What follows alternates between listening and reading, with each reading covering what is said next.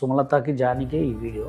మీరు ఇప్పుడు మళ్ళీ ప్రెసిడెంట్ ఉన్నారు కాబట్టి ఎవరికైనా కార్డు ఇవ్వండి. కార్డు ఇవ్వడం వల్ల నీకు ఏం పోయిందండి? నీకు డబ్బులు 3 లక్షలు కడుతున్నారు, 3 లక్షలకు వడ్డీకి తెచ్చుకుంటారా, వాళ్ళ అమ్మ మేళ్ళ తాళి అమ్ముకుంటారా, లేదా వాళ్ళ స్థలం అమ్ముకుంటారా, నీకేంది?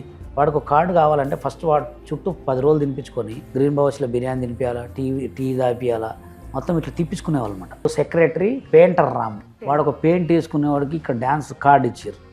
ఆడు ప్రెసిడెంట్ అయ్యి మమ్మల్ని బెదిరియటం అనమాట. ఒకడు మీకు ఎందుకు ఇవ్వాలి కార్డులు అని చెప్తే 2 బీకినవాడిని అప్పుడే. ఇప్పుడు నా దగ్గరకు వచ్చి మాట్లాడేంత దమ్ము ధైర్యం తెలంగాణ వాళ్ళు తెలుగు వినంలో ఎవరికి లేదు. నన్ను టచ్ చేసే ధైర్యం కూడా ఎవరికి లేదు. నేను ప్రెసిడెంట్ అంటే ఫస్ట్ ఏం చేస్తా తెలుసా, నన్ను హైట్ ప్రాబ్లం అన్నారు. గణేష్ మాస్టర్ నాకు ఇక్కడికి ఉంటాడు, నేను వేసినంత మంచిగా కూడా వేయడాను dance. Shekhar master versus Jani master నడుస్తాం. వీళ్ళిద్దరిట్లో ఎవరిది తప్పు? ఎప్పుడు ఈ శేఖర్ మాస్టర్ వీళ్ళే ఉండాలన్నా? అంటే శేఖర్ మాస్టర్ ఒకవేళ ప్రెసిడెంట్, ఆయన ప్రెసిడెంట్గా నిల్చుంటే ఆయన వాల్యూ పోతుంది. ఎందుకంటే